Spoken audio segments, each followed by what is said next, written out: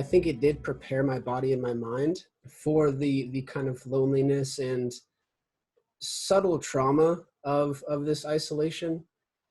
But my body is so adapted because of the years I spent in prison that this does feel like that I can survive it, and it feels so minimal compared with that. I was born with cystic fibrosis and spent a lot of my life enduring a lot of trauma at the hands of parents, my stepdad, my father. One thing that I always had an outlet with and was able to kind of be at peace was video games and books. I read a lot when I was really young, and I had always kind of passed tests really easily and understood things at a much higher level than teachers said I was supposed to.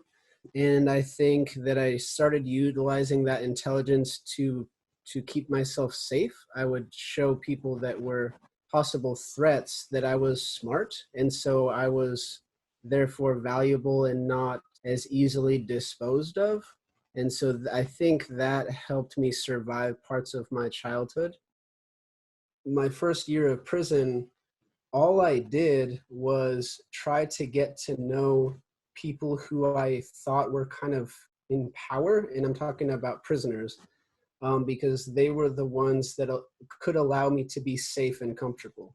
And I appealed to, like, hey, I have this gift of writing. Like, I can write poetry for your family, for your wife, for your spouse, for your sister. Like, I can help you with anything, any paperwork that you have, any type of thing that you need to fill out. Like, I know how to do that for you. And that allowed over time me to gain a similar status of power. There is so much pressure placed on any prisoner that's doing time, and it takes not only like discipline and the mental fortitude to survive that place, but to survive it and thrive and then work on yourself and grow. It's an active process every single day. There's just so much that is weighing on you.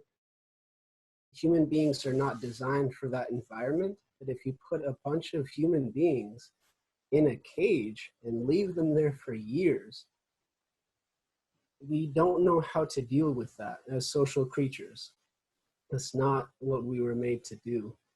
We can't hug each other. We get in trouble for having an embrace of any kind. We're not even really supposed to shake hands. Like, we can't even shake hands with volunteers that come in for classes and provide us education.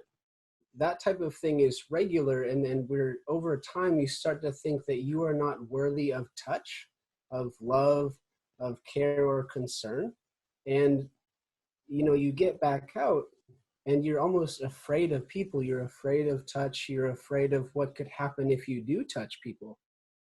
I do think that helped me a lot with this isolation of the pandemic, because it does feel like a kind of prison. It feels very similar in my body and in my mind to how prison felt, just not to the same degree, of course. Like, I could eat basically any food I want out here. I can drive. I can go for hikes, depending on the trail and how many people there are. And, I can see people. I can have touch.